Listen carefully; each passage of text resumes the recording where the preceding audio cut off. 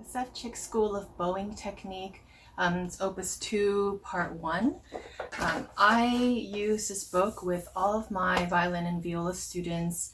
I'm a big fan because it develops bowing technique, bow control.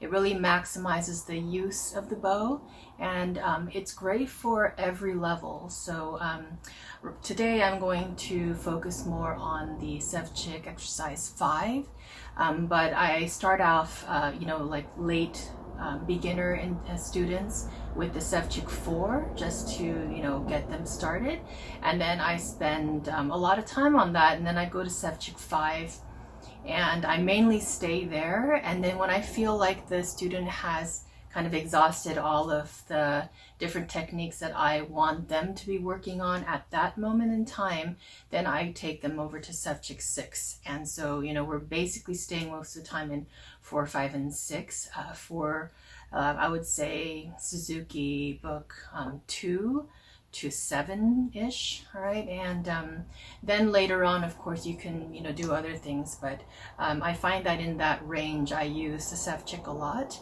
and it's just so much fun. I find it to be very entertaining, and I'm very strict about following the bow distribution. So, it has symbols in here. I'll show you some clips right here.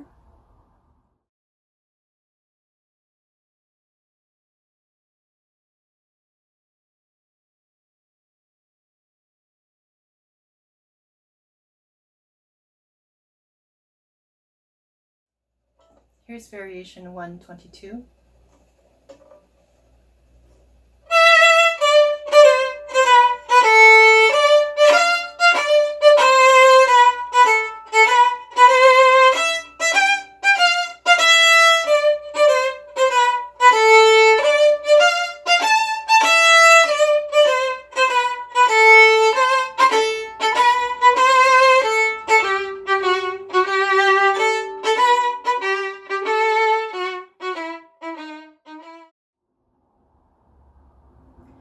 So it has symbols dictating what part of the bow they should use. If it's a whole bow, they have to really use the whole bow, frog to tip, tip to frog, or they need to use the middle part, or the frog, or the tip, or other divisions of the bow. And it also is really good just to get used to various bowings. So it helps kids out when they need to play orchestra pieces or getting ready for orchestra pieces or even sight reading. So it's just so good all around. And then we get to play it in duet format as well, which is kind of nice. So I'm just going to include a few clips here, just demonstrating a few of the ones that I really enjoy.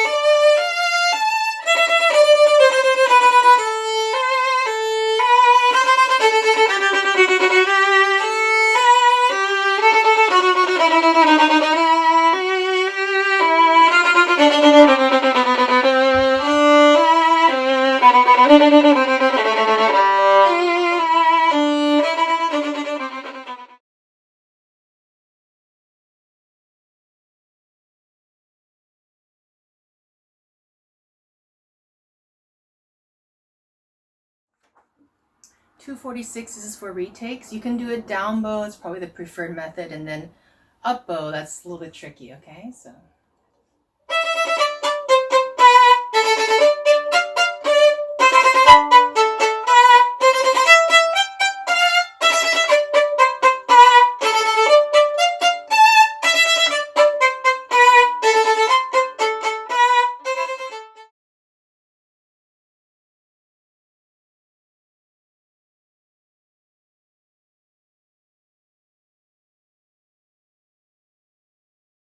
145, that's a down bow and up bow staccato.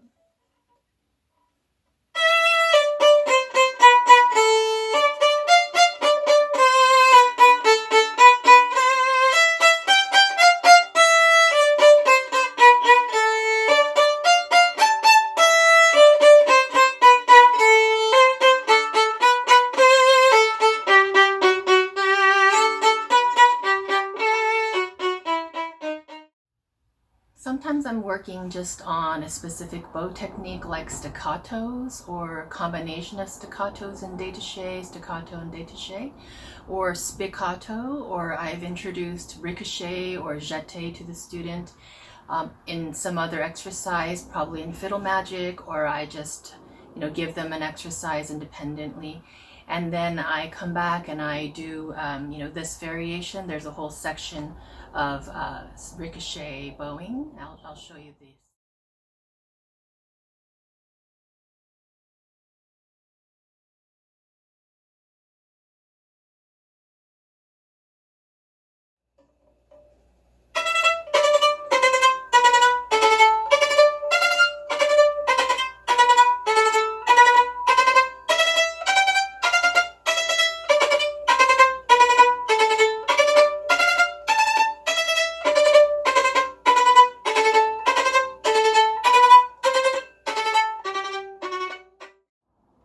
If you look at a middle intermediate student, often they favor a part of their bow. I have every type of student. I have students who use whole bows all the time, or almost all the time. They just are very, athletic, I guess, and so they love to use the whole bow. They have a lot of energy. Or I have kids who really favor the tip of the bow, or they favor the frog, or they favor the middle. Often I get the student who doesn't want to open, this elbow hinge here, or various other things. So what I'll do is I'll give them the variation that forces them to use the extremities of their bow. So a good example of that is the variation 77, and it also makes you save bow as well. So you're saving bow with a long slur, and then you have two small bows at the tip, and then you have a long slur and two small bows at the frog, and I really make them go to the very, very frog for it.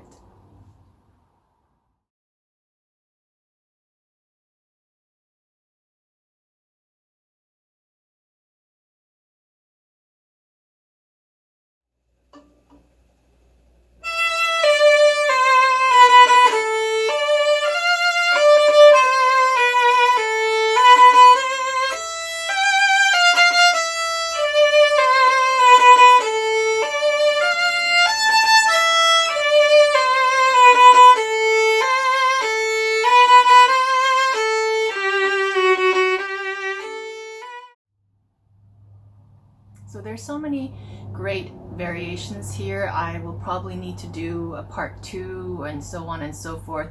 I will also try to cover the Sevcik exercise 4 and 6 as well, but the exercise 5 is so long, the variation goes on and on and on, and I believe there's 260 variations.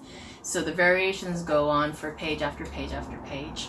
And then Sevcik 6 is quite different. He uses more string crossings, more eighth notes, so you have a different combinations of variations available to you for that.